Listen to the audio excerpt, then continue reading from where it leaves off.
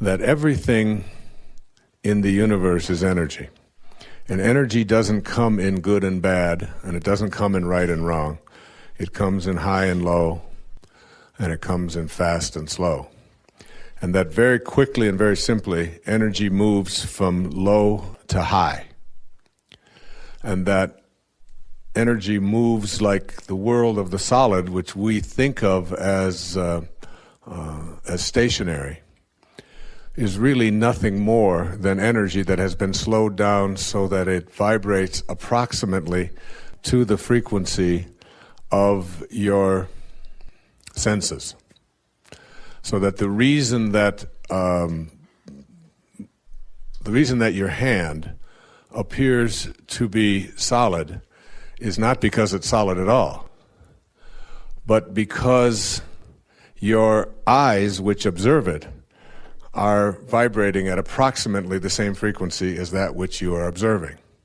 Because you know that if you take your hand and put it under a microscope and turn up the magnification, you're going to see a dance. And the more magnification you get, the more dance of particles that you get. First you'll get molecules, then you take a molecular microscope and you turn that up, and you see inside the molecules there are atoms. You take an atomic microscope and you turn up the magnification, and inside the atoms of this thing called your hand, there are electrons and neutrons and protons and so on. Then you turn up the magnification on the electron microscope, and you find that there are subatomic particles. And then you turn up the magnification further on these quarks, and you find out that they're tinier particles. And until you put them in a particle accelerator, these tiniest particles, and you ram them together at 250,000 miles an hour until they collide, and then you open up the particle accelerator and you look inside and you discover there are no particles, that everything is just energy. And it goes back to what St. Paul said, that which is seen hath not come from that which doth appear. That everything in the universe is just energy, and it's just everything is moving, but some things move faster than others. So that the world of the solid is a very slowed down energy. It's just energy that's been slowed down. It approximates the frequency at which your eyes and your ears are processing and picking up things. And then you move to a faster energy, which is the energy of sound. And the energy of sound is nothing more than sound waves that are out there. We can't see them, we can't get a hold of them, but you just take an oscilloscope and an audiologist and you can pick up the sounds, and the sound energy just goes high, and it goes low, and it goes fast, and it goes slow, but it doesn't come in problems. There are no problems in what you hear or what you see. There's only energy moving fast and slow, high and low. It only becomes a problem when you process it in a certain way. And then we move to a faster energy, the energy of light, which moves faster than the energy of sound. And then we move to the energy of thoughts, and every thought that we have has an energy. And in a wonderful book called Power versus Force, Dr. David Hawkins has elaborated a system called a map of consciousness, in which they identify every thought that we have and its energy component. So that lower energy, that a thought of shame, for example, and a thought of hate, and a thought of fear, and a thought of stress, and any of these kinds of lower energy thoughts are thoughts that weaken us. And I'll talk more about these in the last principle in this program, the 10th principle. And then we get to looking at what thoughts and what energy they have, and why would I have certain thoughts if they weaken us, until ultimately we get to the fastest and the highest energy in the universe, which is the theory upon which a spiritual solution to every problem is based, the notion that spiritual energy is the fastest energy in the universe. And that when we bring the energy of spirit to the presence of the energy of problems, because all of our problems show up in the world of form, in the world of the solid. That's where we have them. And when we can bring spiritual energy to the presence of spirit, or to the presence of form rather, we nullify that. So that if you're in a dark room and someone brings a candle into that room, what is happening is that you don't have to announce to the darkness, you'd better dissolve now, you're going to have to get out of here because I'm bringing light in here. Darkness, rather, cannot survive when light is brought into a room, because light is a faster energy than darkness. And it's a metaphor for the prayer of St. Francis. Where there is hatred, if I can bring love to the presence of hatred, hatred cannot survive. And it was the message of the greatest spiritual teachers who ever walked among us, and all religious practices are based upon this idea of bringing higher and faster energy to the presence of lower and slower energy. And when we do that, we dissolve and nullify it and make it impossible for it to exist. So that if we can think and change around the energy of our thoughts, and in Power versus Force, Hawkins speaks about how to go about doing that in ways that I consider to be brilliant. You know, they say that when Christ would go into a village, just his presence in the village would raise the consciousness of those around him. Just his presence in the village. Just the presence of Mother Teresa in a room, this 4'10", reasoned little old lady who ministers to the poor in Calcutta and describes it as doing the work of Jesus in all of his distressing disguises. Seeing Jesus in all of his distressing disguises is how she described it. That kind of consciousness permeates out.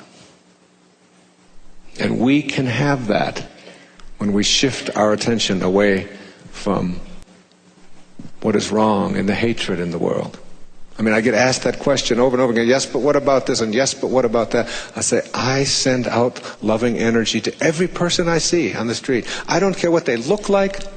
It doesn't make any difference whether they're clerks or whether they're waiters or whether they're people who walk by and smell bad or whatever. I look at them and I see the unfolding of God in every one of them. That is my challenge. To be able to do that and send it. And when you do, you impact not just that person and yourself, but the whole consciousness of the world. Every book of the Bible has been calibrated. All of the great songs have been calibrated. The calibration goes like this. Over here to my left is a calibration of 0. And as far as I can go on this stage, let's say up to the speaker, represents 1,000. The energy level of 1,000 to here. All right? Now, anything that goes up to number 200 on this scale that I'm just arbitrarily giving to you, let's say 200 is right here, represents something called force. And every thought and every emotion that you have that calibrates between 0 and 200 is a thought or an emotion that weakens you in one way or another and lowers the energy field. And those calibrations, those thoughts, I'll give you the number 20 is the lowest, and the thought is shame. And this, by the way, is a 29-year study that was conducted over almost his entire professional lifetime. This is a medical doctor and a PhD researcher as well. At 30, we're moving up now. 30 is guilt, 50 is apathy, grief, fear, desire, anger, until we reach approximately 200. Now, every energy that is below 200 is an energy that when you have that thought, the thoughts of humiliation, of blame, of despair, of anxiety, of hatred, of scorn, any of these kinds of thoughts, these thoughts are in what he calls force. And whenever you use force as a way of communicating, a way of talking, a way of being, you create, the problem is that we create a counterforce. And that people who calibrate below 200 in their lives, and anyone can be calibrated at any time. Even photographs can be calibrated. The photograph on the cover of A Spiritual Solution to Every Problem calibrates around 580. And it was a picture that was taken in Assisi after an just an astonishing miracle had happened in my life. You have to, it's almost like I said yesterday, you have to willingly suspend your disbelief. You have to do a somersault into the inconceivable and allow yourself to open up to the possibility that every thought that you have and every emotion that you have and every internal experience that you have has an impact not only on you, but as I'll demonstrate to you in a few moments, on everyone that you encounter in your life and everything that you encounter in your life and whatever energy field that you radiate to. So we're talking 0 to 200, but this scale isn't a scale that is consistent all the way through. When you get to a number of 600, which represents extremely high energy, you were talking about maybe a few thousand people on the entire planet Earth today, out of the 6 billion or so of us, who reach this level of consciousness of 600. When we're talking about moving into 700 and 800, we're talking about the greatest spiritual masters who've ever walked among us. People who live at the level of the ineffable, who are unconditional love, and have what Patanjali says, he said, when you become steadfast in your abstention of thoughts of harm directed toward others, listen to that again, when you become steadfast in your thoughts of harm directed toward others, all living creatures will cease to feel enmity in your presence. If you're steadfast in abstaining from a thought of harm and never ever have a thought of harm or judgment directed toward others, because you have to know that when you judge another, you do not define them. You define yourself as someone who needs to judge. Calling someone else stupid or foolish or evil or whatever does not make them that. That just says something about you who needs to put those kind of labels on other people. So that if you can become steadfast and become an individual who never, but never has a thought of harm directed toward others or judgment, which is almost impossible for all of us who live at these ego levels that we've been conditioned to live at. But if you can conceive of yourself as being someone like that, all living creatures will cease to feel enmity in your presence. St. Francis of Assisi is someone who calibrated in the 900s. Maybe 7 or 8 people in the history of the world have calibrated above 950. Francesco's, in fact, the city just to the north of us, about 40 miles, was named after this little man, St. Francis, who left his worldly belongings behind and just took out to save the church. And he spent the last 2 years of his life up in a place that I visited with my wife a few years ago when I took a group of people to Assisi at Mount Suribasso. And the last 2 years of his life, he had to have his hands and his feet and his side bound so that he didn't bleed to death. Such was the energy level of this being. Hawkins suggests that any person who calibrates at 600 or higher, Mother Teresa calibrated at 600. When Mother Teresa walked into a radio studio where I was on the radio that morning, everyone in the room felt her presence. She weighed about 90 pounds. It's about 4'10".